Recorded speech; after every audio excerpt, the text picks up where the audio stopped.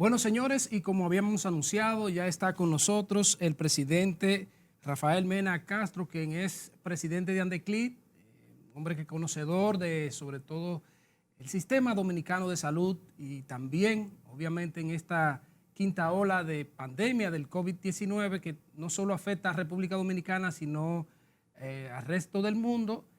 Vamos a hablar con él cómo ha sido también esa experiencia y esa, bueno, atenciones al sector privado. Bienvenido, doctor. Muchas gracias de nuevo. Mira, yo no soy Castro. Castro murió. Castro murió. Rafael Mena. Sí, Vamos a darle al doctor sí, Rafael Mena. sí. Él fue compañero de nosotros Sí, y muy recordado, fue director del fue hospital. director allá. Sí. Sí, o sea que es grato recordarlo. Exacto. Sí. Pero fíjese, de todas maneras, nosotros ahora en la actualidad hemos recibido mayores cantidades de pacientes infectados que cuando la primera ola. Cuando me refiero a la primera ola, obviamente se entiende que es de la quinta, ¿verdad? De la quinta, sí. Hay que admitir que esa primera ola, a pesar de ser menos la cantidad de pacientes que se contagiaban, desde el punto de vista humano y del paciente era mucho más agresiva. Se recordará, la población recordará que ciertamente hubieron muchos pacientes que fallecieron como consecuencia de esa complicación. Incluso de una misma familia, doctor. Sobre todo, porque yo le digo a mis pacientes, por ejemplo, que nada más no es la plata que se hereda. Por ejemplo, usted tiene una familia y usted es asmático, por decir una enfermedad, o es diabético, por decir otra, ¿verdad? Lo más probable es que en un momento determinado sus descendientes también lo sean. O hipertenso como parte de mi familia, que es como una herencia que Sí, está ahí. eso es lo que digo, que nada más no es eso. Pero sin embargo, en la hipertensión es más benigna la complicación. No que no la haya, pero es más benigna, porque el control, por alguna razón, no usted puede decirte, quizás sea por el asunto de que los médicos la ciencia ha insistido más en eso. Los pacientes hipertensos se cuidan más que el resto de los pacientes que tienen problemas médicos crónicos, si podemos decir eso. Es cierto. Y quizás por eso fue menos la ocurrencia de la agresividad en la enfermedad. Pero en la actualidad, ¿qué es lo que nosotros ahora en estos momentos nos preocupamos? También hay que tomar en cuenta que en esa época no había vacunaciones. Así es. Y a pesar de que no solamente en la República Dominicana, sino muchas personas en el mundo entero tienen objeciones por las vacunaciones, una población obviamente minoritaria, pero es importante.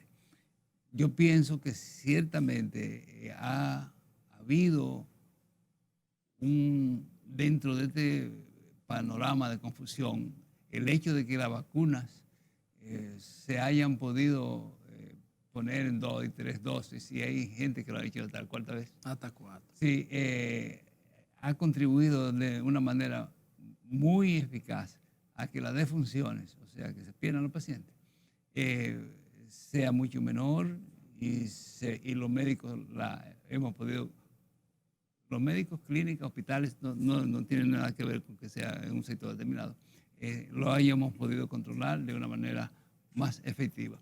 Hemos tenido quizás alguna variante dentro de este problema, y es con las pacientes embarazadas. Al inicio no vimos prácticamente pacientes embarazadas con el problema, sino ahora que se ha visto ahora más. Después. Y no sé si usted se recuerda que como a los 2 meses más o menos, al cuarto o quinto mes, para ser más preciso, se redujeron las unidades de COVID. Cuando me refiero a las unidades de COVID, me refiero a los pacientes que estaban en cuidados intensivos. Y los redujimos porque se redujo bastante, como entienden. Entonces, como la población sabe, es un problema que está muy ligado a lo económico, porque un solo paciente que requiera un respirador, uno para que lo aspiren, uno para que le tome la placa, los rayos X me refiero, Sí. otro para el cuido, las enfermeras, y nada más, y hay que tener en cuenta también que las enfermeras no es un turno de 24 horas, bueno, hay casos. Es rotativo, ¿no? Es rotativo. Y son 3. Y tiene una de descanso. Son 4. Wow. Entonces, ya usted entenderá que cuando hay varios pacientes, se necesitan varias enfermeras. Entonces, es un costo bastante alto y un personal muy especializado que se necesita.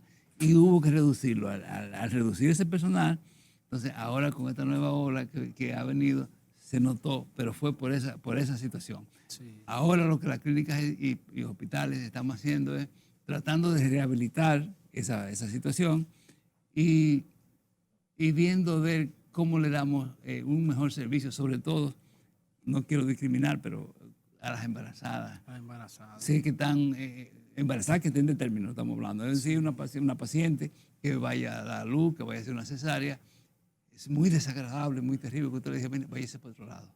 Sí, sí. ¿Qué usted Muy va a decir? deprimente. Deprimente, totalmente. Tanto para la paciente en ese momento como para el familiar. Así es. Así entonces, hemos tratado, y ha sido una sorpresa, ¿verdad? Pues en una semana prácticamente hemos ido corrigiendo ese problema.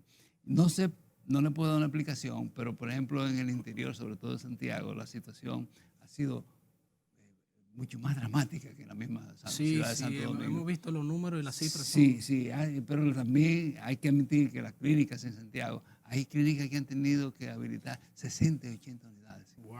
Para poder dar abasto. Para poder abasto de la situación. Nosotros no sabemos qué va a pasar ahora en este momento, pero si la situación sigue aumentando, vamos a tener que aumentar más.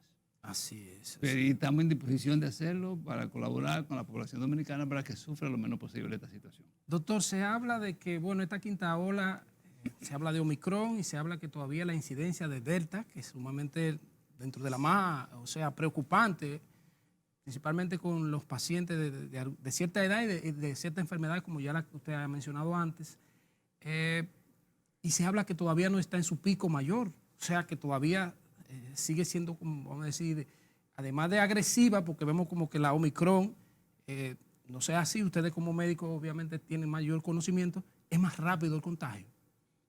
Sí, pero es menos letal. Es menos letal. Y son 5 o 7 días y generalmente el paciente se mejora mucho más rápido que lo demás. Pero déjeme agregar algo más. Ahora que usted hace esa mención de los demás cepas, nada más en estos momentos, nada más no está precisamente el Omicron, ¿no? No.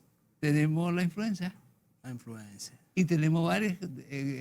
Roma, creo que se llama la de Europa. Espérese, la influencia es A y B. Al inicio comenzó precisamente la B, pero ahora está la A y usted no sabe cuál agresión. ¿Cuál es? Y entonces combinado. Bueno, entonces, debo admitir que a mí me dio la influenza porque aunque estuve vacunado, pero ya a finales de diciembre me dio una gripe muy fuerte, o sea, mucho tos, pero gracias a Dios fue algo como más... Pero si usted está vacunado, le tengo que decir que en estos momentos fue mejor para usted porque... No me dio dolor de cuerpo como le dio a mis hermanos que no se habían vacunado. Sí. Y dije, pero tú no tienes la gripe. Digo, sí la tengo, pero lo que me dio fue todo y rápidamente como que se me... Porque tiene, en el término médico y para la población que ya conoce parte de eso, usted tenía defensa, o sea, anticuerpos necesarios para combatirlo. Pero sí, imagínese usted, una paciente embarazada que está en problemas porque tiene